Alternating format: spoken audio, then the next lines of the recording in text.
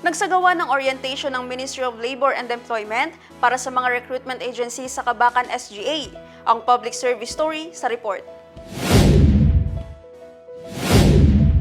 Isinagawa ang aktibidad noong April 21 sa 8th Avenue Convention Hall sa Kabakan, BARM SGA.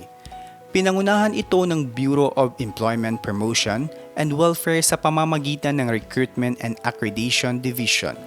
Layunin ng programa na gabayan at bigyan ng orientasyon ang mga recruitment agencies at makakalap ng direktang impormasyon mula sa kanilang mga managers. Tinalakay sa orientation ang Bangsamoro Labor Employment Code, Bangsamoro Autonomy Act No. 9 o Recruitment Agency Regulation Act of 2020 at mga proseso ng monitoring, inspection at accreditation. Kasama rin sa tinalakay ang koordinasyon sa law enforcement agencies upang mapalakas ang regulasyon sa recruitment operations.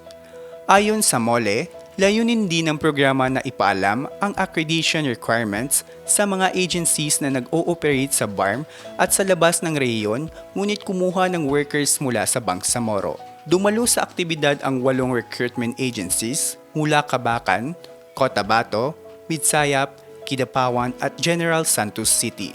Sa 8 dumalo, 5 ang nagpahayag ng interest na magpa-accredit sa MOLE habang ang iba ay accredited na.